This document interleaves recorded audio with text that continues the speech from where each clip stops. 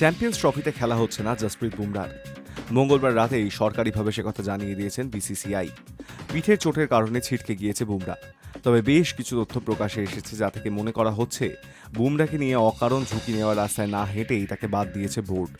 সেই সিদ্ধান্ত নিয়েছে নির্বাচক প্রধান অজিত আগারকারি। বোর্ডের এক কর্তা সংবাদ সংস্থাকে বলেছেন, বুমরাকে 5 সপ্তাহ বিশ্রাম নিতে বলা হয়েছিল। তারপর এনসিএতেও রিহ্যাব হয় স্ট্রেংথ ও কন্ডিশনিং প্রশিক্ষক রজনীকান্ত এবং ফিজিও তুলসীর অধীনে।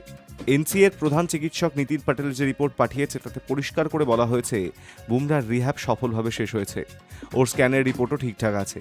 তবে চ্যাম্পিয়ন্স ট্রফি শুরু হলেও বুমরার বল করতে পারবে কিনা সে সম্পর্কে নিশ্চিত করে কিছু বলা হয়নি। তাই নির্বাচকেরা ঝুঁকি নিতে চাননি। ওই কর্তা আরও বলেছেন, নীতিন বল ঠেলে দিয়েছিলেন নির্বাচক প্রধান অজিত আগারকারের কোর্টে। কেউ চাইবেন না প্রচণ্ড সাহস দেখিয়ে আনফিট একজন ক্রিকেটারকে চ্যাম্পিয়ন্স ট্রফির দলে রাখতে। যদি চিকিৎসক দল পুরোপুরিভাবে সবুজ সংকেত না দেয়, তাহলে নির্বাচক কমিটির কী বা করার থাকতে পারে। মঙ্গলবার আহমেদাবাদে আগারকারের সঙ্গে বৈঠক করেন কোচ গৌতম গম্ভীর এবং অধিনায়ক রোহিত শর্মা।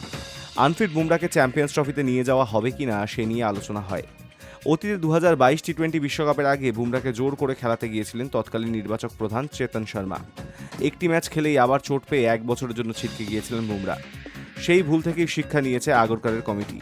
তাই জোর করে বুমরাকে চ্যাম্পিয়ন্স ট্রফির দলে রাখা হয়নি। হাই নিউজ নেটওয়ার্ক।